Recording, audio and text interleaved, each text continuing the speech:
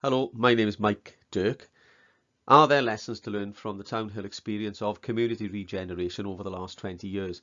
Well, no surprises. As somebody who ran the community company on the hill for almost 13 years, I think absolutely yes, there are very important lessons to be learned from this important experience for all communities in Wales, whether they are officially classified as deprived or not. As time has passed, it's easy to forget how bad things were 20 odd years ago. In the Evening Post in the early 1990s, we often had negative articles about the Hill of Fear. This is one of them. Crisis on the Hill. The late councillor Tussa Lewis, who at the time had been a councillor in this community for 24 years, is speaking in the most worrying terms.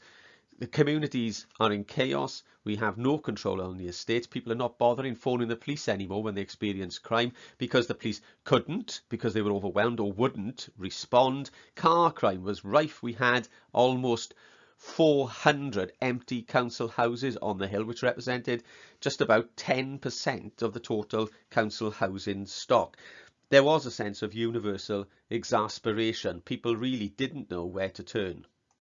So by the time you get to the mid-1990s, Swansea Council had been successful in its bid to be part of the first Urban Community Initiative programme, which ran from the mid-1990s up to the end of 2001. In fact, now this saw the investment of £6.3 million in the Townhill estate, match funded by Swansea Council to the tune of about £2.73 million. This was a very ambitious programme which aimed to really take a holistic approach under four key themes with the delivery of 28 projects. One of the key challenges was planning for the sustainability of this approach when this major grant funding came to an end.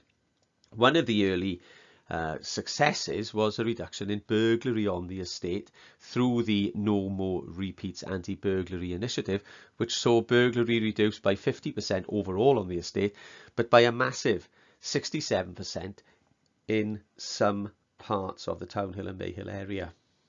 Prime Minister Tony Blair opened the Phoenix Centre on the 2nd of March 2001. Unfortunately, on the same day, Chairperson Mr Ian Spratlin died following a tragic accident at home later the same day. The hallmark has always been about taking a bottom-up rather than a top-down approach to the tackling of the most knotty social and economic problems. So to build for sustainability, the idea was to spend £1.3 million of the total urban funding on the creation of a community enterprise centre in Paradise Park, not a community centre. So this new facility was to focus on jobs, education, training and health predominantly, and schemes of wider schemes of a charitable nature, and not to concentrate like community centres on social and recreational activities. The idea was to generate an independent income stream, thereby reducing the need for government grants.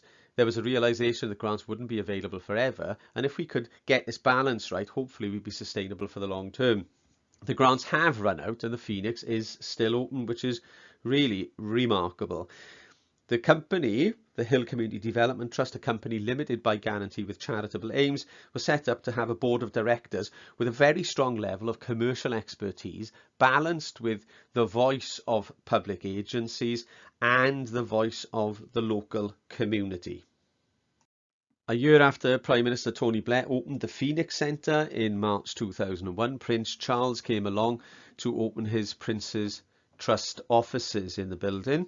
Now, the interesting thing looking at this history, this background from our perspective in 2019, is that the community company set up to keep things going when urban ended is still going. The Phoenix is still flying. It remains debt-free, and it's still managed by a voluntary board of directors. It's not run by the council or any other government agency, but the collaborative links are very strong there. The principles of community practice are shared with other high-profile initiatives like in New York, the Harlem Children's Zone. These principles stand as a blueprint which can pull communities, educators, health professionals and the police together to tackle even the most knotty challenges that we face.